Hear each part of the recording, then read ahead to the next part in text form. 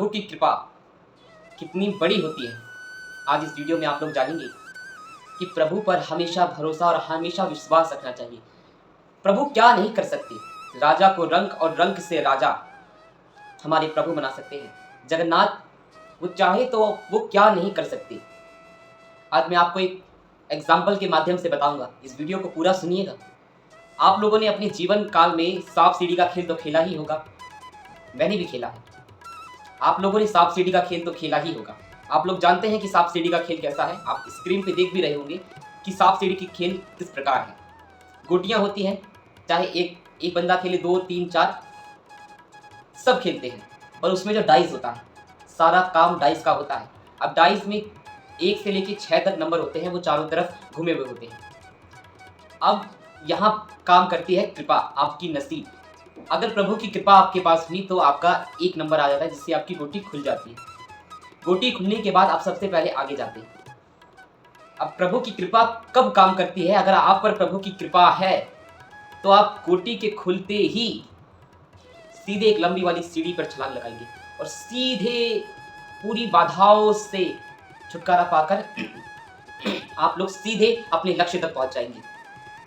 परंतु अगर आपके मन में थोड़ा सा भी मैं आया कि ये मैं नहीं करा है, तो वहां एक सांप फिर से रहता है, वो आपको डसेगा और फिर से नीचे पहुंचा देगा। तो प्रभु की कृपा आपको ऊपर भी ले जा सकती है और नीचे भी ला सकती है। अगर आपके अंदर मैं आया, प्रभु की कृपा क्या नहीं कर सकती।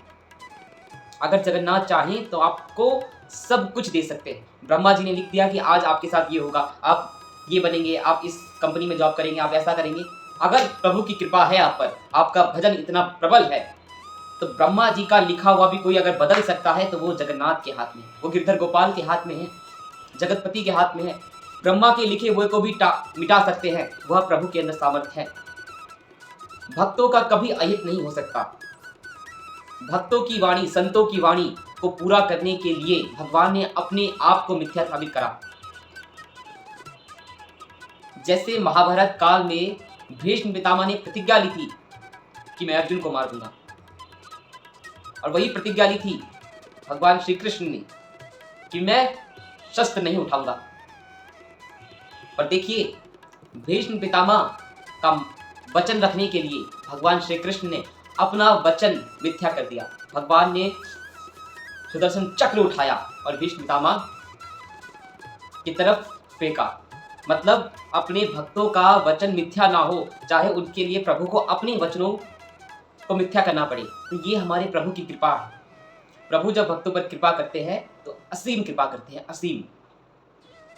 इसलिए प्रभु पर विश्वास होना चाहिए। जो भक्त प्रभु पर विश्वास करता है ना, वह कभी नहीं पीछे हट सकता, वह कभी नहीं डगमगा सकता। सफलता उसके चरम छुएगी जो प्रभु पर विश्वास करता है। आप लोग देखिए कि भगवान श्री कृष्ण जो सब कुछ कर सकते हैं, जगतपति है, जगत को रचने वाली, ब्रह्मा जी का लिखा हुआ भी बदल दिया था। कैसे? आप लोग बोलिएगा कि चला हमें बताइए, तो सुनिए। भगवान श्री कृष्ण से भगवान श्री कृष्ण की मां ने बोला कि तुमने, कंस ने मेरे 6 पुत्रों को मार दिया, तो तुम मेरे 6 पुत्रों को जीवित करो। तो भगवान ने माता के 6 पुत्रों को जीवित करा।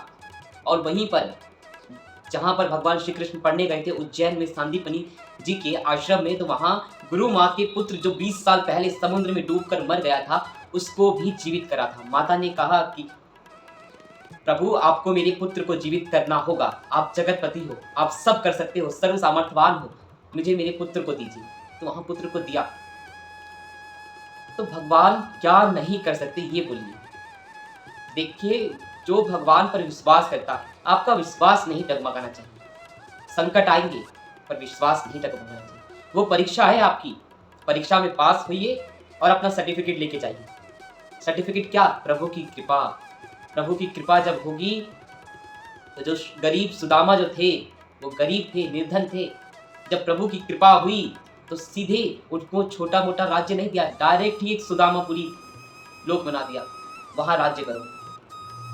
तो इसी प्रकार प्रभु की कृपा असीम है, जगन्नाथ की कृपा असीम है, और प्रभु बहुत सामर्थ्यवान है, सर्व सामर्थ्यवान है। ब्रह्मा जी का लिखा हुआ भी अगर कोई टाल सकता है तो वो प्रभु इसलिए प्रभु की शरणागति रखो, प्रभु पर विश्वास करो, प्रभु का भजन करो, भजनों में प्रीति रखो और अपना मन एकदम निर्मल रखो।